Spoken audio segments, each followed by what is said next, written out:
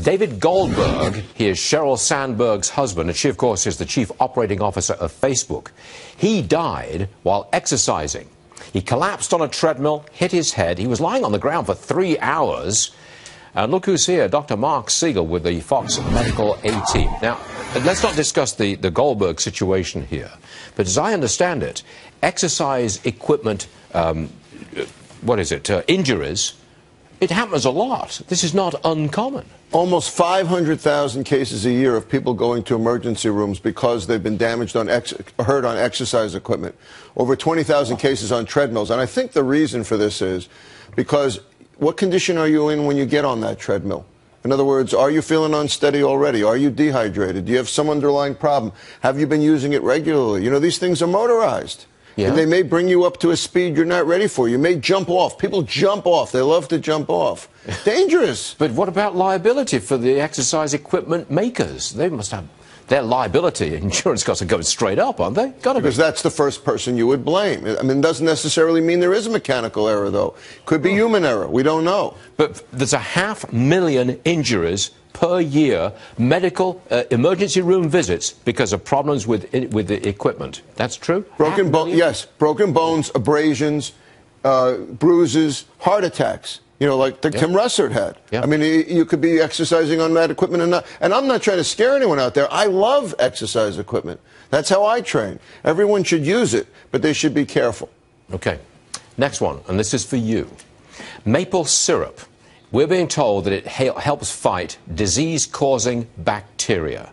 Is this a serious study? Is this a serious story here? I love this story. But is it true? It is true. Is it accurate? This is out of McGill in Montreal. It hasn't been tested in humans yet. So that means what we do know is it works on bacteria, and that's the culprit. Bacteria causes something called a film over equipment in a hospital. It kind of it gets set in there, a bacteria, and it creates a film. This thing, maple syrup disturbs that film. It breaks down the cell wall of the bacteria, gets inside. It prevents the bacteria from pumping it back out. And you know what it works really well with?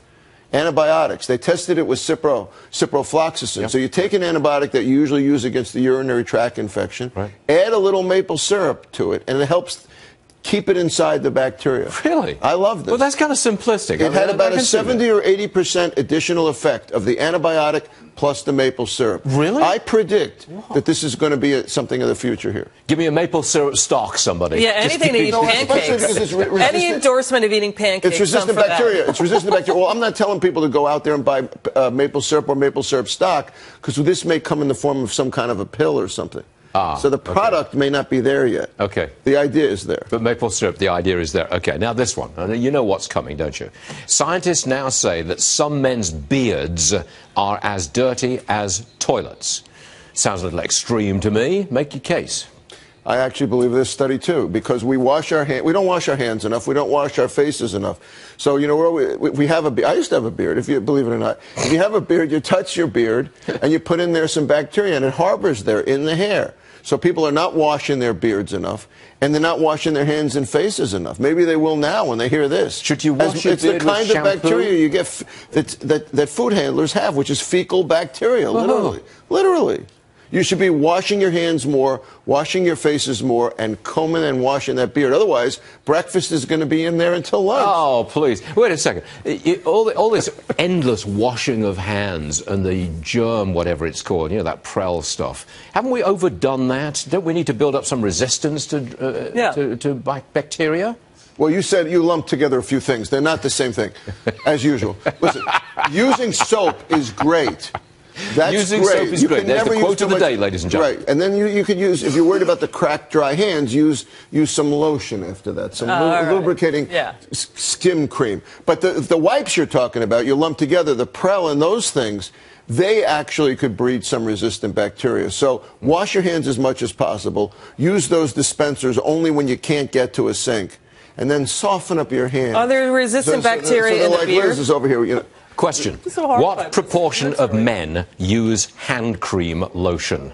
What do you think? Is it, what, 5% maybe? 3%? And they don't admit it, whoever does. We're on dangerous ground, ladies and gentlemen. We shall move on. Dr. Siegel. But I believe in it. You do? You've got such soft hands. Thanks so much, Doctor. It's all cool.